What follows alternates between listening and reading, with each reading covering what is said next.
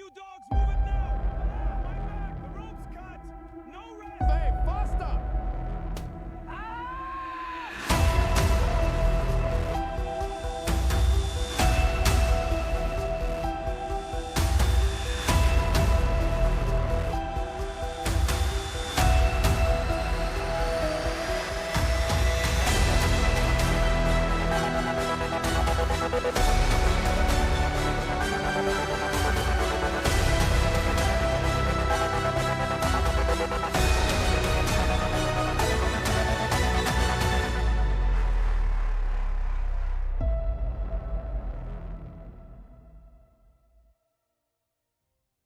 Centuries before the plagues, a family came to Egypt starving and stayed and multiplied until Egypt looked at them and panicked. A young man named Joseph, thrown into a pit by his own brothers, sold to slave traders, dragged in chains into a foreign land, rises, not slowly, not safely. He rises through a prison, through an impossible dream, through the court of a Pharaoh who cannot sleep because of visions no one can decode. And Joseph decodes them. 7 years of plenty, then 7 years of famine. Pharaoh doesn't just believe him, he makes him second in command of Egypt. A Hebrew boy, now dressed in Egyptian linen, a signet ring on his hand, a chariot beneath him. And when the famine arrived, exactly as he predicted, the whole world came to Egypt for grain, including his brothers, the same brothers who sold him. But that is a different story. What matters now is what happened next. Joseph brings his father, his family, 70 souls crossing into Egypt. They settle in Goshen, fertile land on the eastern delta, and they stay. Pharaoh dies, another rises. Joseph dies, his children grow, and the Israelites, they multiply. Quietly at first, then relentlessly. Decade after decade, generation after generation, a population inside a population, a nation growing within a nation. And then, a new Pharaoh. A man who had never known Joseph, a man who looked at the Israelites the way a ruler looks at a threat he cannot afford to ignore. Do not picture him as a monster. He was a politician. He knew what happens when populations grow faster than loyalty. He knew empires do not collapse all at once. They collapse from pressure inside the walls. He looked at the numbers, he calculated, and he grew afraid. They are more numerous than us, he tells his advisors. If war comes, they will join our enemies. The fear beneath the crown is the same: power, preservation, control. So he enslaves them, not because he hates them, not yet, because he fears what happens if he doesn't. The brick pits open, mud and straw, relentless quotas, Egyptian taskmasters with whips and ledgers, Hebrew men collapsing in the heat of a sun that never stops.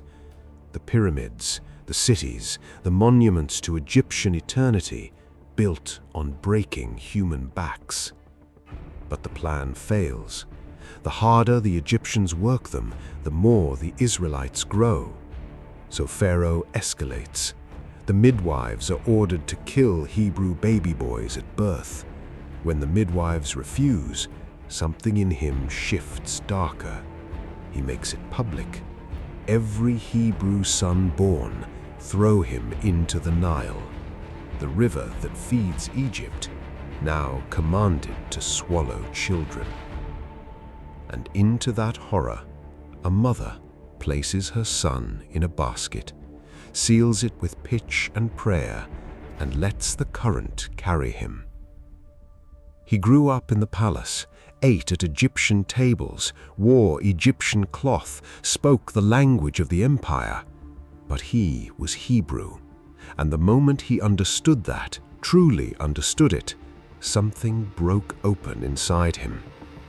He watched an Egyptian guard beat a Hebrew slave, and he killed him, then buried the body in the sand and told himself no one had seen. Someone had seen. By the next day it was whispered. By the day after that, Pharaoh knew. Moses fled into the desert, not a hero's exit, a criminal's. Now find him in Midian, a shepherd, a husband, a father, living on the far side of nowhere. The palace distant, Egypt a wound he has learned to not pick at. He has put 40 years of desert between himself and who he used to be. He does not think about the slaves anymore, or tells himself he doesn't.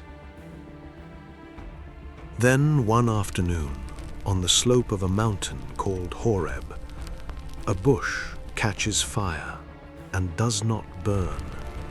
This is the moment every children's story softens into something gentle. Don't. What Moses encounters is not gentle.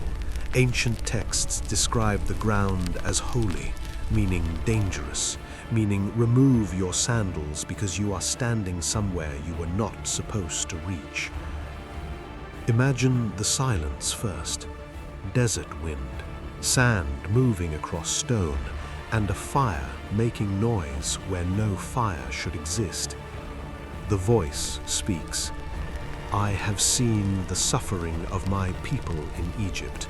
I have heard them crying.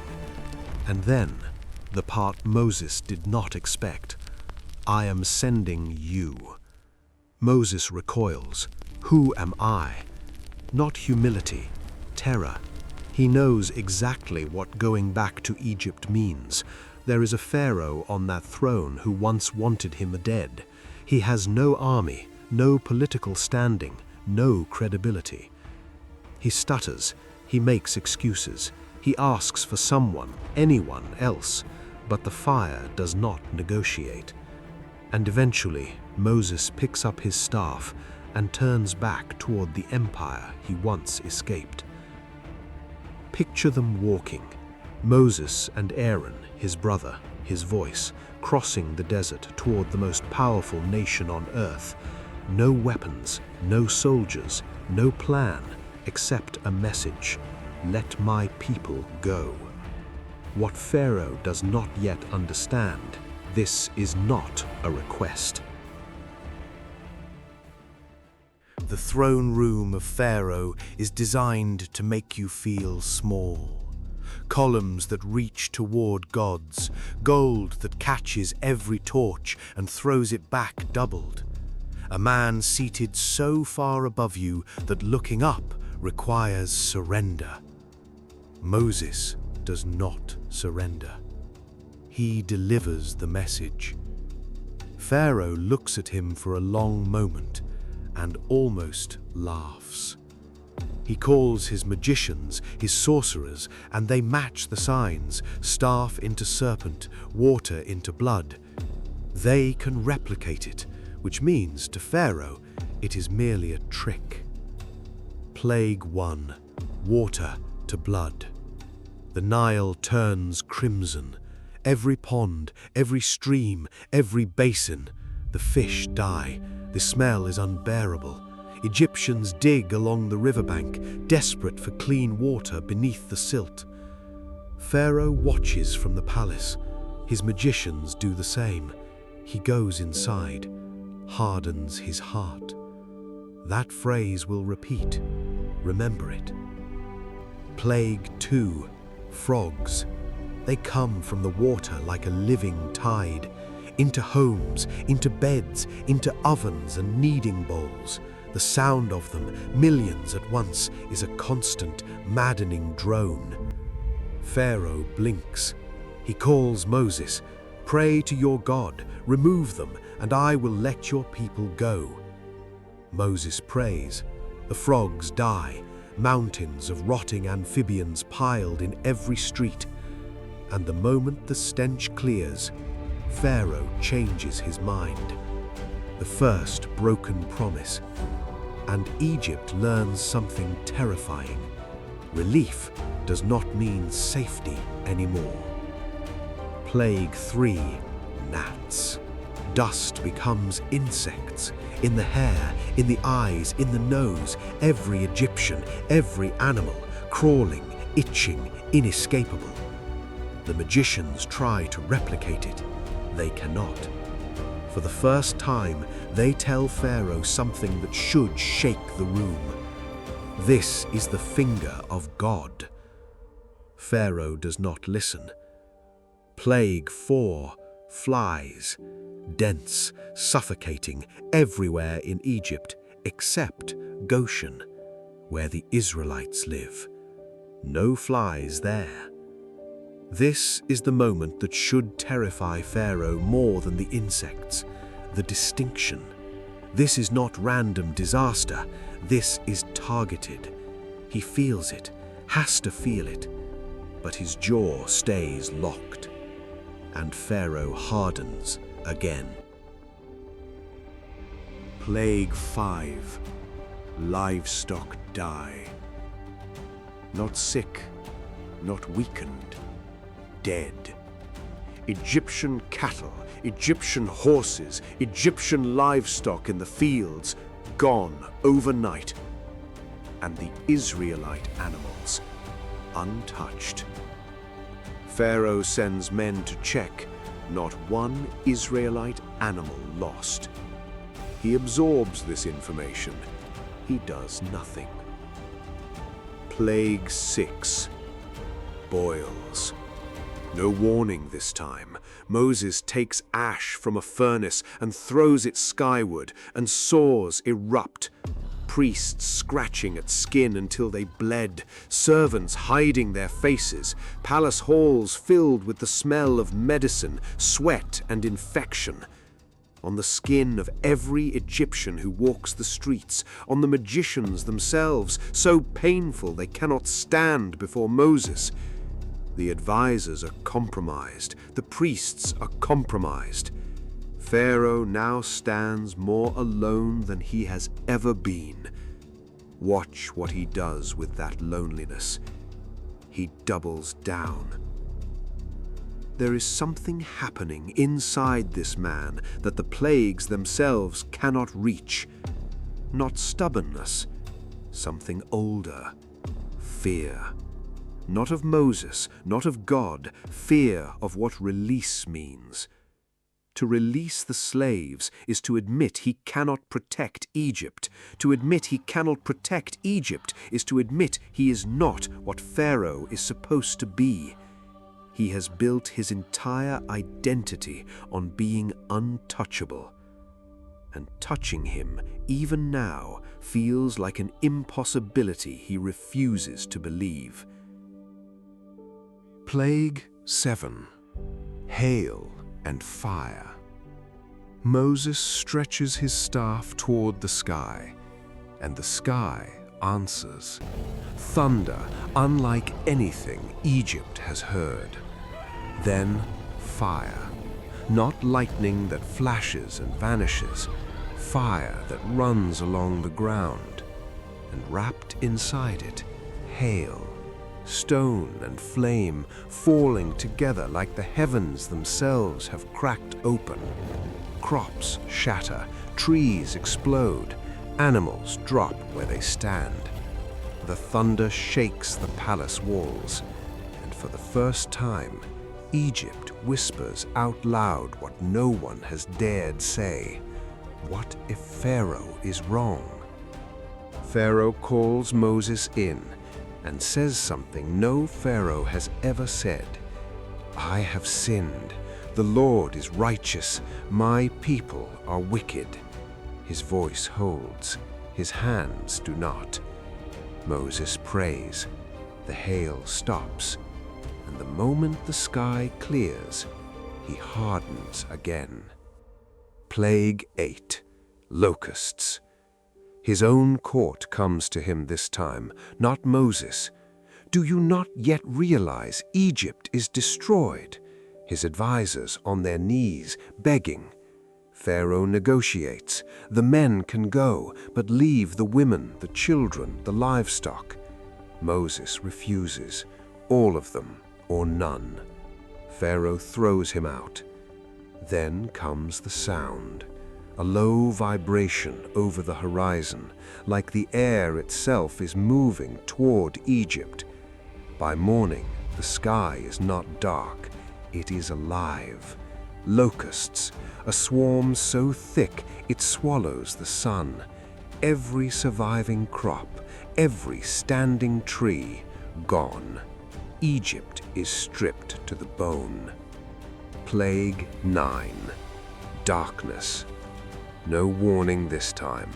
Moses raises his hand toward the sky, and the light simply stops. 3 days. Not a cloudy night, not a dim room, a darkness that can be felt. No torch penetrates it, no fire survives inside it. Children reach for parents they cannot find. Priests stand at altar flames that illuminate nothing. Egyptians stop speaking, some just to confirm someone else is still there. 3 days, a kingdom sealed inside a void. But in Goshen, light. Every Hebrew household burning clear, while Egypt sits in the black. Pharaoh calls Moses by feel, through the dark. Go, take the women and children, leave the livestock. Moses, you will supply the animals yourself. What remains of Pharaoh's composure shatters. Get out. The day you see my face again, you die. Moses looks at him through the dark. You are right. I will not see your face again. He leaves, but before he does, one final message. One more plague is coming. It will not destroy crops. It will not touch animals. It will walk through Egypt and take.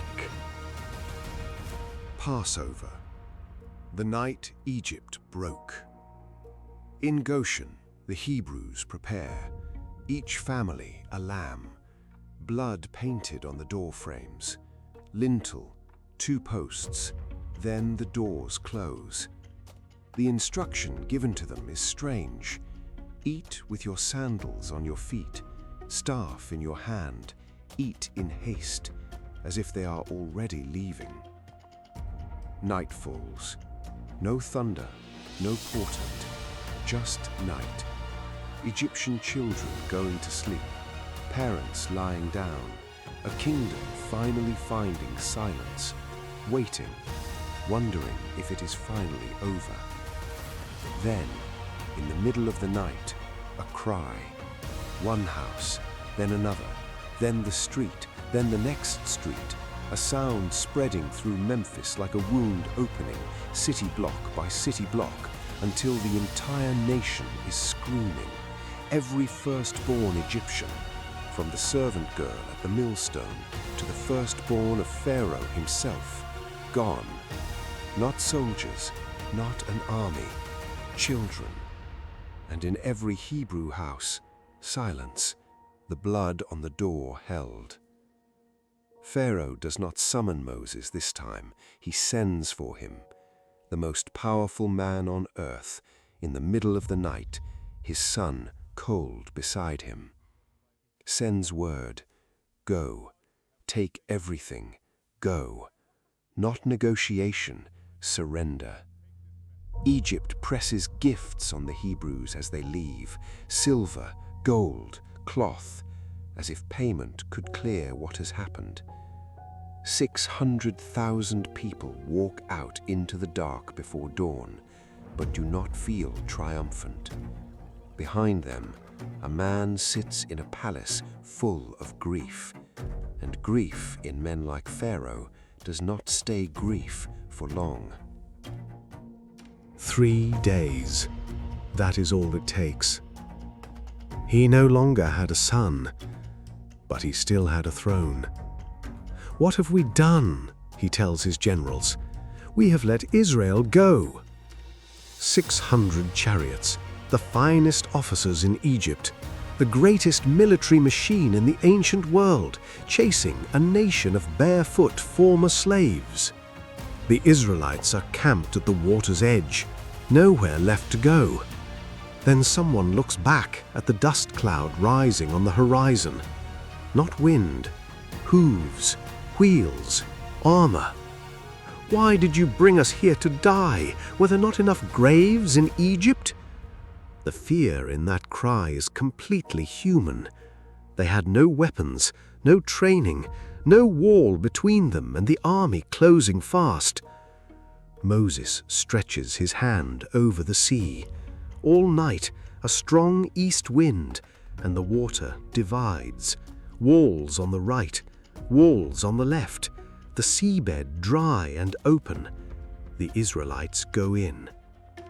Pharaoh's chariots follow, into the seabed, between the walls, and then the wheels begin to drag.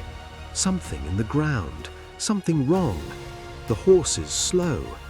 The Egyptians look at the walls of water towering on either side and finally understand. "Let us flee! God is fighting for them against us." It is the last clear thought they have.